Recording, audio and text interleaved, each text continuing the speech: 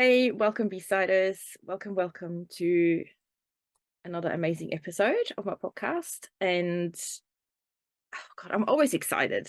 I repeat myself every time I start an episode, but I truly am because talking to other people is always interesting, exciting, and it just warms my heart and gives me goosebumps every time. So again, today we have not just one guest, but we have two guests today. That's a first for my podcast. So yay to that. But today we've got two wonderful ladies from Sista Creatives Rising. Welcome, ladies. Thank you so much for coming on today. Hi, yes, thank you for having us. I'm so excited to be here and talk about music. Yes, and talk a little bit about, what you do as well, because that's super interesting as well, too. Before we dive into that, though, could you just give us a little bit of a quick intro, who you ladies are and what you currently do? So just our listeners have a bit of an idea where we're going today. That'd be awesome. You're welcome. Yeah, so I'm Amaranthia Sepia, and this is my mom, Claire Jones. And yeah, we're a mother-daughter team. We're based in New Hampshire, USA. And what we do with Sista Creatives Rising is we have a focus on marginalized artists and disabled artists, especially. And we focus on accessibility and visibility in the arts of these artists to facilitate their personal healing. And so we have also a major focus on the healing arts, and we accept all kinds of art, multimedia. It doesn't matter what uh, kind of art you create. And through Sista Creatives Rising, we have a program called Art in Mind, and it is a virtual art show that is focused on disability accessibility, and we showcase film, short films, documentaries, where we have these artists that we select, and they tell these stories through little videos, and then we compile them. And we have speakers who are activists and therapists, disability activists who talk about social issues that are related to the theme of the event. So our second show is this year in October 5th, and it is international. And this year was called Art in Mind, I Know Who I Am, Journeys of Women of Color in Femme and Creative. And that highlights five artists who talk about their experiences as women of color and femmes of color, and they're telling their stories about how art has helped them heal or self-advocate. And on top of that, we're showing another documentary, which is about my mom's cancer journey last year, where she had a 50% chance of paralysis, and she became one of the 1% to walk again after getting a pretty heavy and high risk spinal surgery. So we're showcasing her journey and how it all comes together and why we do this work. So it's very exciting. It's a grassroots thing. It's a project. It's not a nonprofit, but we have sponsors that are nonprofits, Brain Arts Oregon Dancing Clearly, and it's it's a lot of work. We're really busy a lot all the time. We're finalizing stuff, but it's so exciting. And the the documentaries incorporate music from our composer from Australia, Mel Chiliani. So music is a major part of pulling all this together, and performance art as well, incorporating this um, original music. So yeah. Wonderful. Sounds very exciting. So hopefully anyone that tunes in today will hop on the link and get more details about that event, which yeah, best of luck with that. I think it's going to be incredible. So yeah, excited for you. Going to music now, and I would love to hear a little bit about how important music was in your life's journey up to this point. Is there any phase in your life where music has played more of an important part? And can you explain a little bit about why that is? So I'll hand it over to you. Well, yeah, for me, I grew up in Barbados in the West Indies, and so my music was calypso and and reggae, but I grew up in a domestic violence I come from a domestic violence background, and so as the violence was, my father was when he was around was very into music. So a lot of times he had a very eclectic collection.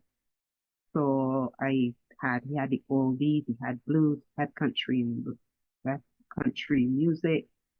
He had all these different types of music that we would listen to all the time.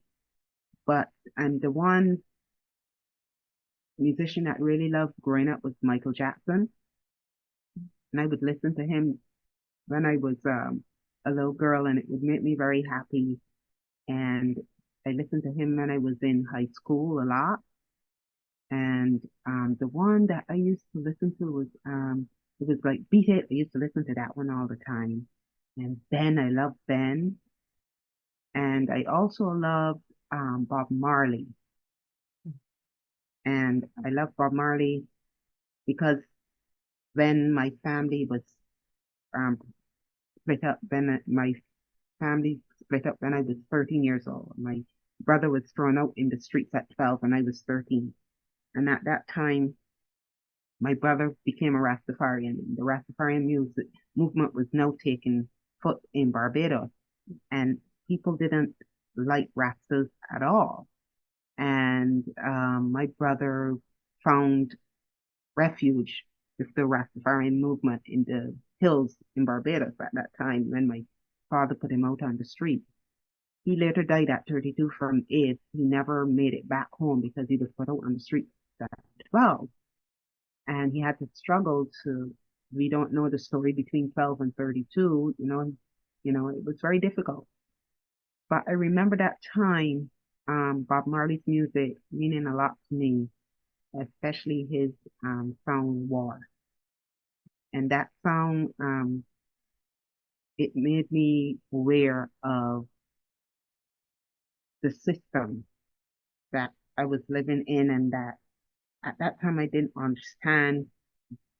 Now older, I understand what the deeper meaning behind his lyrics, but at that time, it felt like it was speaking to me a deep place that I didn't understand. Like your soul. From my soul. And he was just saying that, you know, that basically, there was this system in place with this song that um people like us couldn't, no matter how hard we tried, we couldn't get through. And there was always this war that was going on from this macro system or whatever.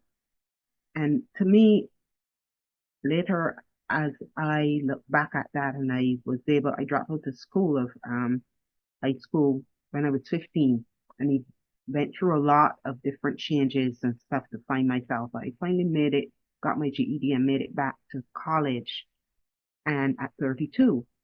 And when I came into college, I had to figure out what I was going to do for my degree. And I designed a major called Caribbean Women's Studies as expressed through the creative art. And I wanted to tell my story of this journey of coming through domestic violence and fighting to get an education and trying to find myself. And I wrote this play that was going to be for my final piece for graduation. And one of the songs that I showcased in that play was War. And it really told the story of how I felt of this system, which by then I had learned because of research, this macro system, which was colonialism that Bob Marley was talking about. And I related it to our family. The macro is the overarching system, and our family, our tiny little families are the micro systems. And then I realized something that the violent family that I had come from was like the microsystem within this macro system. And the violence that was perpetuated in this macro system was being played out in my family. This violence that I was seeing from my research, I realized my father was a pawn in this system. the violence that he had perpetuated on my family, on our family, was something that It was intergenerational. that was intergenerational. And through studying and through my doing the research and stuff, I came to understanding that this man who had visited such violence upon me was a pawn in this massive system. And I came up with something I said in my paper that I was writing, and I said, if a mom is if the milk from from a mother's breast is tainted, then the baby is going to be sick. The baby that is nurtured and weaned on that milk is going to be sick. And so that is similar to the relationship between the macro system of colonialism and a violent family. Our family was violent, and what my father did to my family was violent because we were weaned off of this larger macro system. And therefore, the behaviors that he had perpetuated in my family to cause violence was coming from that because he didn't know any better. He was weaned on such a system, and he didn't know himself as who he was as a man. Yeah. So Yeah. probably song was the overlying thing for that. Yeah, now that you've explained all that, I can see why that song by Bob Marley fits and resonates so much. Yeah. Thank you for that. Yeah, sure. That's really good. Food for thought as well for everyone listening and watching, I think, lots going through my head at the moment about all that. So I'm just gonna let it process and move on. Please share away. Yeah. Wow, okay. I grew up, well, I know my mom was a fan of Michael Jackson. I listened to a lot of music like Beach Boys and disco and some oldies. My dad, is very much into music. He's a massive fan of Prince. He's gone to Prince concerts and things like, a lot of different concerts. And he had a big collection, but he lost the collection. But growing up, I was exposed to those artists. And I think because of that, I was on top of that, actually, I was playing a lot of video games growing up, and I always was very interested in video game music. It was always very comforting for me. And so I was listening to all kinds of genres that were all over the place. And when um we went to Japan when I was 4 as expat, and we stayed there for 2.5 years, I was introduced to taiko drumming. And so I did taiko for like a year or two, and I still have the taiko drum that we brought back with us. And I was very influenced by Japanese culture, Japanese mythology. I love hearing Japanese traditional music. And when we came back to America after having that international experience and being in international school, I was immediately hit with bullying that was all based in racism, and it was very difficult for me. And I used my art to cope with that. And I just delved into that more. And I always say art was like my only friend during that time. And part of that coping was that it was hard for me to kind of figure out what kind of music I like because my dad was so passionate about music. It was really hard for me to find what I enjoyed. And when the bullying was getting worse, I learned about, he introduced me to this album, Plastic Beach by Gorillaz. And that was like 2010, 2011. And by that time I was doing more art, and I just fell in love with their music. I loved that it was a cartoon band and that they were talking about social issues and that they were challenging the norm. And it was just like, as a 10-year-old, what is this? This is amazing. It's like it's like a cartoon that's it was edgy and weird. And as like a tween, I'm like, I love that edginess, you know, and I just loved the characters, especially Murdoch and Noodle. So I decided that I was going to start drawing these characters because something I wanted to do with my art. I wanted to do more comic art and manga art because it was connecting back to my experience in Japan was very healing for me. And it helped me, creating art that was based off of what influenced me in Japan it was just very comforting. It brought me back to those good memories while I was experiencing very terrible bullying. And Gorillas challenged me to start drawing people because I was so scared of drawing people and being able, expanding my art. I was really focused on being realistic and trying to go into more of like a fine art thing, even though I like comics and stuff. And so, at that time, I got to do an art show at at my elementary school where I was the first kid to have like their own art show because my art teacher saw what I was doing. He was like, with what you're experiencing, like this is helping you heal and people need to see this. And so that built a lot of my confidence, and it made me be like, okay, I'm going to challenge myself. People really like my art. This is helping me feel better. Let me go another step and do something I'm scared of trying to do.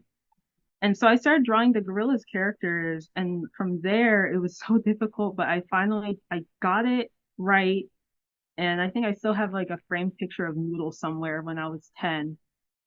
And when I went into middle school, the bullying kept getting worse, but I was built up my portfolio a bit by the time I was like 11 or 12 that I went and found this local school called Kimball Jenkins School of Art. And my teacher from before and my mom advocated for me to get into that school.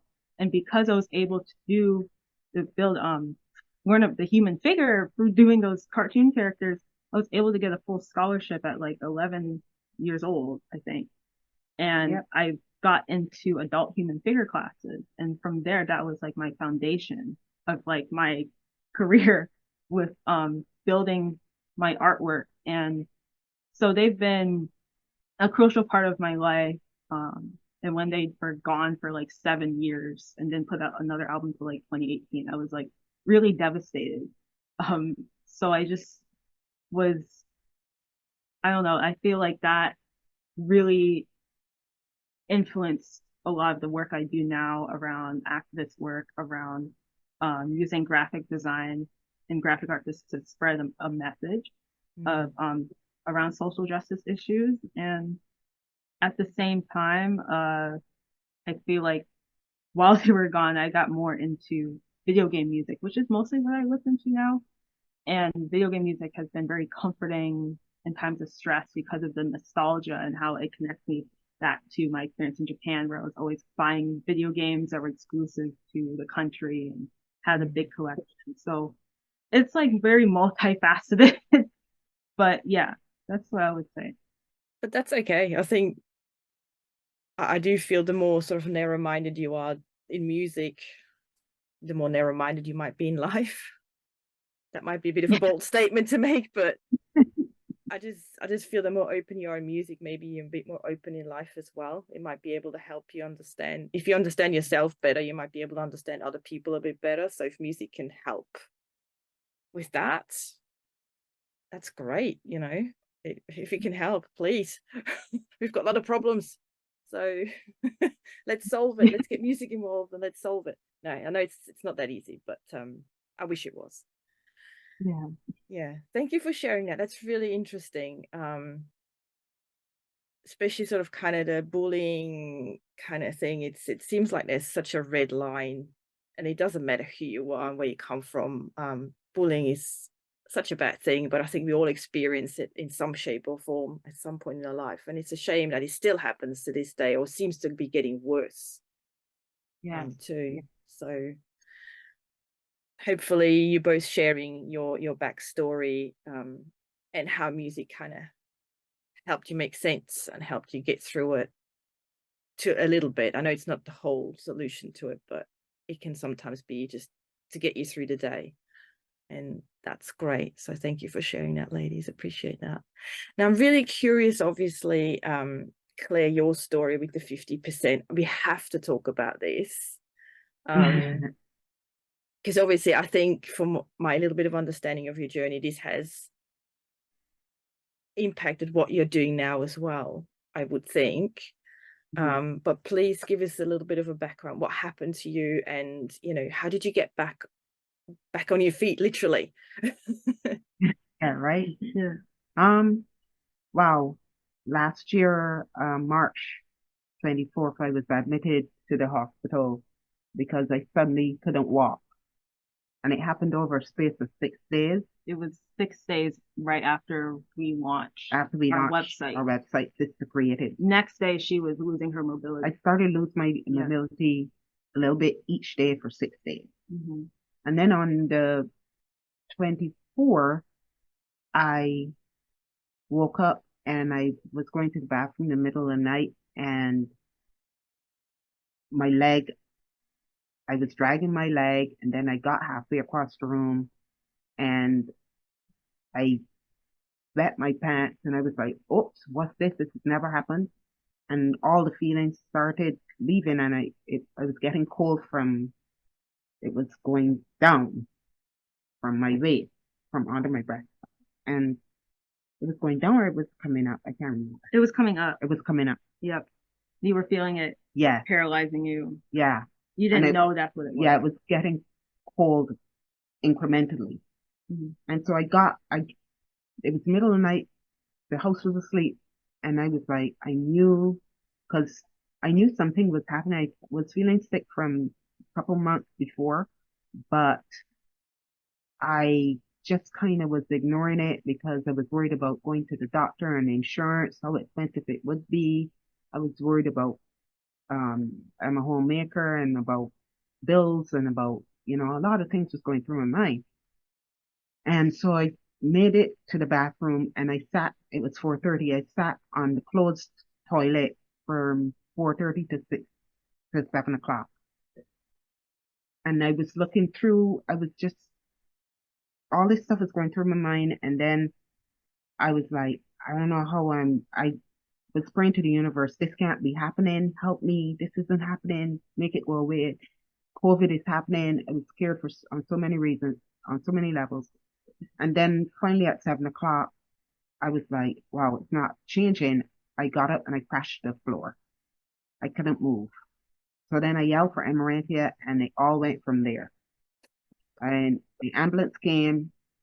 They had to take me out to the house with a special chair, and they had to lift me out. And I got to the hospital, and before the day was finished, a number of tests and stuff, as I got there in the emergency, they said, we might not be able to do anything for you. We might have to airlift you out. There's no one here that could take care of it. And I was like freaking out. But at the same time, then I crashed to the floor, and I realized that I had to go. I told Amaranth, and I got Amaranthia and told her she had to gather all my belongings together. I came to a place of stillness at the same time. And as all this was happening, as I was going through this anxiety and this fear and everything, there was a stillness about me that was carrying me. And it was very strange. So by the end of the evening, a doctor came to my bed, and he said that I had 50 chance of paralysis. They had found a massive tumor on my upper spine, and I was losing mobility by the hour. And that they had to go immediately to surgery. I needed to sign a directive and everything. They couldn't guarantee that I'd be able to walk after. And all that news was delivered to me and my family, and within 24 hours. Yeah, within a short time, he delivered that news to me, and I had to make a decision about if I was going to agree to the surgery. And I said, well, yes, okay, let's do it. And immediately they put me into surgery, and I was like scared and everything, but I still had that stillness about me. And I went into the surgery and I didn't know, I kind of made peace that I don't know how, if I'm going to come back from there. Mm-hmm. Now, overlaying all of that was my whole life story of how I got there through the domestic violence and everything like that. My journey of coming through so much tragedy and challenges and sufferings and everything. And I was like, well, if this is how it's gonna end, I kind of like was like having an argument too with the universe. It's like, how could you do this to me? You know, I've come all this way. What is this? You know, and I was going back and forth. And then I was like, you know what? If this is the way it is, this is the way it is. I guess I did my best. So I went in for the surgery and I woke up 5 hours later and I'm in the hospital room and I called and they said, and I was like, what? And I called my daughter and I said, wow, I'm back. And I was still groggy and she couldn't believe that I was calling her. And a few hours later, the next day, I started to move. Yeah, my legs started to move immediately. Your legs were moving before they even woke you up. Yeah, they were moving. Yeah. And the doctor said I'd lost a lot of blood. I had blood transfusions, but I made it through. They got most of it, and that my legs were moving, and that they're gonna put me into therapy right away because I was moving, and they had to grab the moment that I was moving.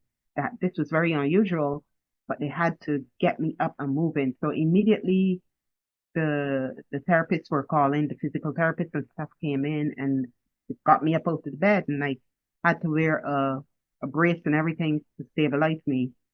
And it was from there, from March, I had chemo, I had radiation, had to use wheelchairs, learn to walk again like a toddler. I learned to use my fingers, learned to use my hands. I couldn't lift and I couldn't reach up and stuff like that. And I had to learn it all over again. And I said I'm gonna walk again by the end of the summer. And the nurses, eventually I came home from rehab, and nurses said, we don't know how you're gonna do that. But by the end of summer, I was walking again. After your first chemo. After my first chemo, I started to walk again.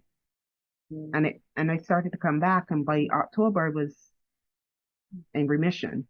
And now I'm here and I'm doing Sisters, and I'm doing this work to share my story and to talk about what happened, and not to ever to get ahead of life and not let life get ahead of you. That's my call to action. And that's my mission, to get out in the world and talk about it. Wow. Oh, I'm all teary. That's incredible. I'm so happy for you. And obviously there's more work for you to do here. You know, maybe that's exactly why where you are now, because you need to share what happened, and you know, you got a gift that needs to be given. So yeah, exactly. That's exactly how I feel. And I'm walking with a cane now because I still have balance issues. But you're walking. That's incredible. You know, just after that, everything that you just said, you're walking, and in such a short time too. It's just Oh yeah. And I like to say, like, it was a gift. Cancer is a gift to me because it made me come to terms with a lot of things, and it made me recognize my true self. And it gave me a new lease on life. So I look at it as a gift, what happened. And I say thank you every day for that happening to me, because it kind of woke me up. Yeah. I know you mentioned when you filled out the questionnaire before we come on, you mentioned a song that you said was like an anthem for you. Are you gonna share with us which song that is? Because I think it's so cool that you picked that song. I picked it's about damn time. Yes. When I was in the hospital, I know there's a lot of controversy around what's going on with Lizzo right now here in the state, but I want to say that her music has been very healing and cathartic for me. And as I was healing, that she was dropping that record, and I was in the hospital. No, was it? No. The day, damn time. When did that come out? I think it came out around the time you got home. I got home. The week you got home after rehab. Yeah. I got home and that song kept playing and I was like, I was learning to walk and the nurses and stuff were coming and I got up and I would put on that song and I would listen to it. And there's a time when I started to use the walker and there's a video Amaranthia took of me walking across the room dancing with the walker and taking it to that. It's about damn time. It was like it's about for me. It was saying it's about damn time that I get up and do what I'm meant to do in this world. It's about damn time that I become self-empowered and stop being afraid of my own shadow, of being afraid of showing my who I really am to the world. It's about damn time. And there were times that I had to go back in the hospital. There were times I had started induced diabetes because of the steroids, and they had to give me the injections and stuff in my tummy. And I remember that sometimes I'd go out for walks on down the hall. You had an infection. I had the infection. I had all these kind of things, and I would put the headphones on my ear and be going for walks with my walker, and I'd be dancing and like this, and the nurses would be like, "Well," and I'd be dancing around all with the walker and just singing "It's About Them," and it just became my anthem. Yeah, and it made me happy. And so the controversy is really sad to hear about, but yeah, her music has helped me. We've kind of stepped away from her and trying to figure out, okay, let's just watch what's happening. But it's really sad. Yeah, it's really sad because it was such a massive part of her healing. Yeah. At the end of the day, no one can take that away from you, no matter what happens with her as a person, her as an artist. Exactly.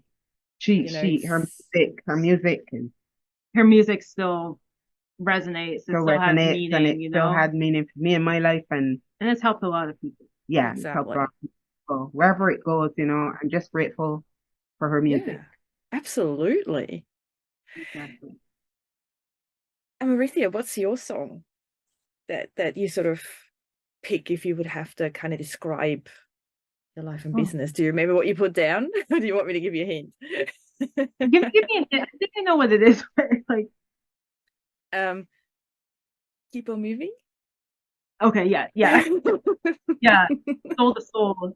Keep on moving.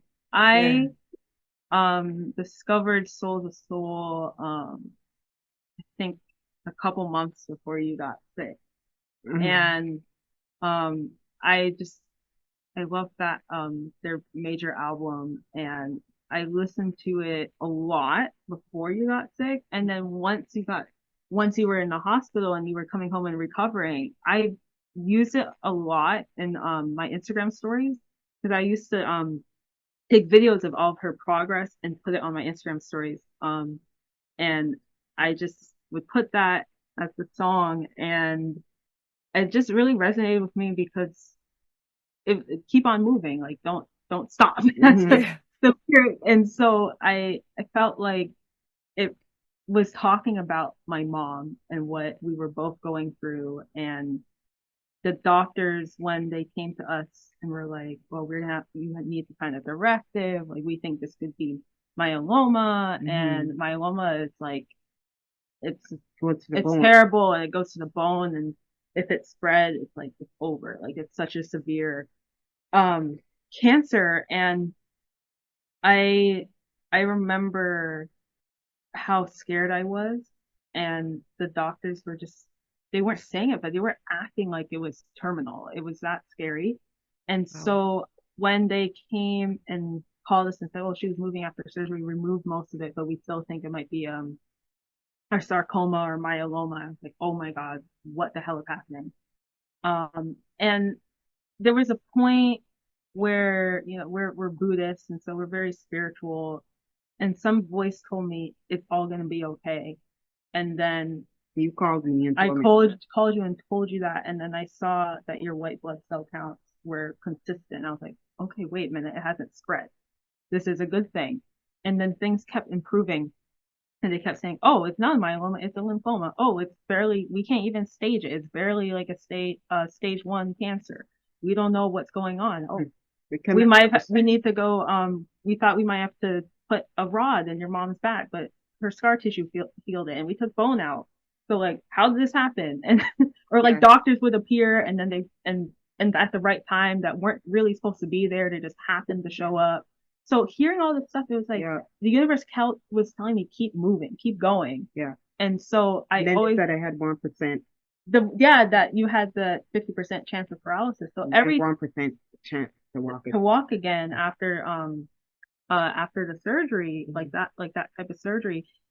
And so if all these doctors were like, this shouldn't be possible, this isn't supposed to happen, and I was like, but it is happening.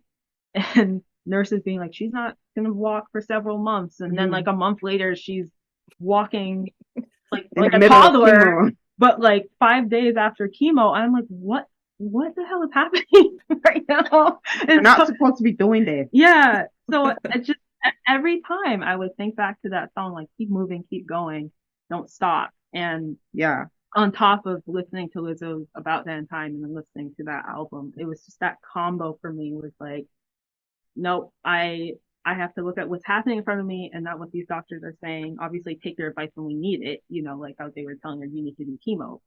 We realized that, that's the best thing to do. But at the same time, I knew my mom best, and you knew yourself best, and you were like, nope, this is our reality. Yeah. Things are better than what they say it is. And it turned out to be true. Exactly. The whole time. So. And in another little thing to tell you is like, she would call me in the hospital. And one time she called me and she said, why is the phone saying that somebody's driving? Yeah. And I said, no, I'm not driving. I'm dancing down the hallway. The phone was registering that I was driving because I was moving so fast on the walker, dancing. Someone on the on our Apple ID was driving, and I'm like, what? Oh my gosh, she in the ambulance again. And I call her up, and she's like, no, I'm dancing to Lizzo. You're going that fast? I was with the walker. Get a speeding ticket, did you? Gosh. So we had moments like this of like incredible humor and laughter. We were sometimes the things that were happening. It was, it was so hard. And then there were. I actually have it's another funny story. When in the middle of your recovery, going back to video game music. I love Pokemon music. It's been a massive part of my like playlist, and I introduced her to this old song that's from a game called Pokemon XD. And I love that. It's a GameCube game, and they had this electronic song, and it's really fast paced and upbeat, and it just has a really good beat to it. And as soon as I showed it to my mom, she's like, I can't stop moving and dancing to this. What's happening to my body? And I had a video of her on the bed, on the bed in the middle of her chemo rocking out to the sound right in the middle of chemo, and I could hear her laughing across the room, and I was like. It was like just penetrating through everything, and I was like, it's a battle song. It's a battle song, battle simulator or something. I can't stop moving. This song is like, wow. Turn it off. She would want me to play it for like a half-hour loop. There's a half-hour version of it. And I'm like, she has me on video. Yeah, it's funny. But that's incredible. That's how we kept her. So as I said, cancer gives a lot of, it gives us gifts. There were a lot of gifts. Oh, wow. We look at it. Yeah. There's so much for us over here on sort of my side of the screen and the mic to take away from you both. I mean, I think you're both just incredible, what you've gone through and how you turn it around and what you're doing with it now. We honestly need more people like you both to just do what you do, and I'm sure slowly but surely things will start to change and move and go faster, and maybe then there will be that speeding ticket, slow down. Like there's a song by Lou Rawls who says, what's the matter with the world? Has the world gone mad? There's nothing wrong with the world. It's the people that's in it. And I love that song. Oh, because, my goodness. Yes. Because, exactly. There's nothing wrong with the world. It's people in it. What we are doing, what we are doing with our lives is like, we're looking cancer. Um, there was a person that wrote an article about us and they said, I'm fighting ongoing cancer. And I said, Amaranthia said, no, I'm not fighting ongoing cancer. What I am living every day to stand up and fight against is the conditions that have caused the manifestation of cancer in my life. Cancer is the physical part of cancer was flushed down the drain in the sewer with chemo and all that. What I'm doing now is making sure it doesn't come back by addressing the intergenerational trauma of abuse, the effects of that. That is me. And that's going to be ongoing. So, what's the matter with the world? The people that's in it. I want to be in this world and be the best self that I can be in this world after we've come through like that and that's something like that. And that's what we are doing with our work at Sista Creatives Rising. Oh, goosebumps. Oh, I'm so glad you came on. Honestly, I think both of your stories need to be told, need to be shared, and yeah, I'm going to be your cheerleader. I'm going to back you up. I'm going to get my pom-poms out and I'm going to try to dance, which I haven't done in years. So I'm going to be a bit, my joints probably going to crack and whatever else, but it doesn't matter. Yes, thank you so much for being so open and sharing everything. And hopefully, if we can just make one person think, I think we've made a step forward. And hopefully, we can all just, sorry for swearing, hopefully we can just all get along. Why is that so hard? I just don't understand. I know we have our differences. I know we're all different in so many shapes and forms and sizes and whatever else, but it's just a human being trying to live. Exactly. That's the part I can't understand. But maybe I'm just... You don't want to be laid out like me on cancer to come to realize who you truly are. If you've got your faculties around you and you can walk and you could don't take those things for granted. Live a good life and just don't get caught up in all the nonsense. Yeah, I've just been sort of thinking about the nonsense I put my attention to, and I just thought, no, stop. It's not worth it. No. Yeah. Any final words? Obviously, we're going to share your website and everything with everybody that's joining us today. So hopefully everyone's going to go and check it out and show a bit of love and support. That'd be amazing. Otherwise, any final words you want to share? Anything that comes to mind? If not, that's absolutely cool, because I know sometimes being put on the spot, I freeze. No. Well, for me, I always say I have a call to action that I say get ahead of life before life gets ahead of you. And I'm giving a talk at Boston Public Library next Thursday on Zoom. And I'll send you the link and people can sign up and to learn more about it's called 50% Chance of Paralysis.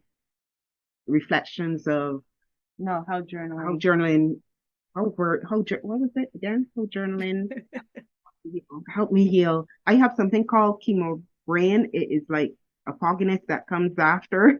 I learned that it's called chemo brain. You get a little bit of fogginess because after having so sometimes I forget things. So it's 50% chance paralysis. It's talking about how journaling, writing, how journaling and writing helps me. And I think it might be out by the time this podcast comes out, but we have our Art and Mind show, I Know Who I Am, which is on October at 6:30 p.m. Eastern, and it is a 2-hour event. And so we're going to have the sign up link out by the end of August. And so that's givebutter.com / I Know Who I Am. And it's a free event and people can donate if they'd like, because they could get a free ticket, they could donate, or they could do both. And this money goes to our fund called the Sisters Uprising Fund, and it's the first time we're doing something like that. And the goal is to reach 1,000, and then we're going to divide it up into $200 grants for 5 artists of color, or artists who are women of color or feminists of color. Yeah, keep paying it forward. Yeah, we're not a nonprofit. We're just sponsored by nonprofits. So we're just finding a way to give back the artists who've gone through similar things. So Nice. that's it. Yes, Yeah. we'll put all the information in the episode description so people can go and check it out. Yeah. All right. Excellent. Well, thank you so much. Wonderful episode. So much food for thought. And yeah, it's incredible how kind of music always finds its way into our lives. That's my biggest takeaway from everything I'm learning on this journey myself. Yeah. So thank you so much. B-siders, that's it for another guest episode. I hope you enjoyed it. Please give us any feedback you might have, any questions you might have. Just give us a shout and we're happy to answer anything you might want to know. That's it. Stay tuned for my next episode. Until then, I'm sending you much music and love. Take care. Bye for now.